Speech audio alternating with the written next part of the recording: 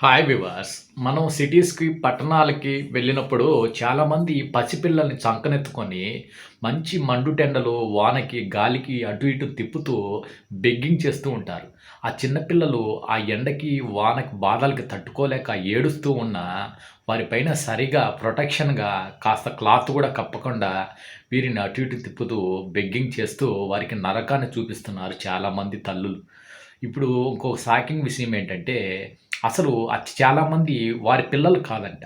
వీరు చిన్న పిల్లల్ని ఇంకొకరి దగ్గర దత్తత చ అద్దెకు తీసుకొని, వారికి రోజుకింత అద్దెని చెల్లిస్తూ, ఆ పిల్లల్ని చంకనేసుకొని ఊరంతా తిప్పుతూ, ఎండకి, వానకి అడుక్కుంటూ, ఇలా డబ్బులు సంపాదించుకుంటూ ఉండారంట. ఇలాంటి మాఫియా ఒక ఊర్లోనే, ఒక రాష్ట్రంలో కాదు, దేశవ్యాప్తంగానే ఇలాగే ఉంది.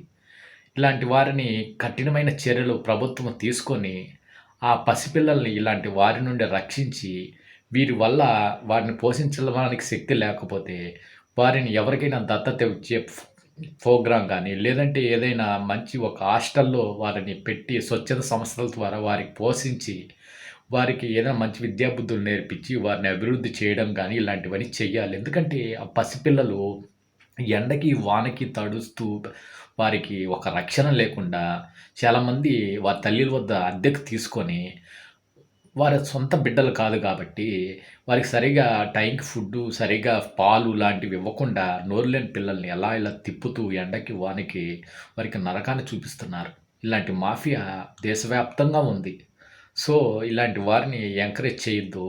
ఎవరైనా సరే ఇలాంటి వారికి గట్టిగా మందలించే బాధ్యత కూడా పబ్లిక్‌దే పబ్లిక్‌దే. ఎందుకంటే ఇలాంటి వారిని మనము ఖచ్చితంగా మందలించాలి. సో, వీడియో ఇన్ఫర్మేటివ్‌గా అనిపిస్తే ప్రతి ఒక్కరికి షేర్ చేయండి, సబ్స్క్రైబ్ చేయండి, కామెంట్ చేయండి.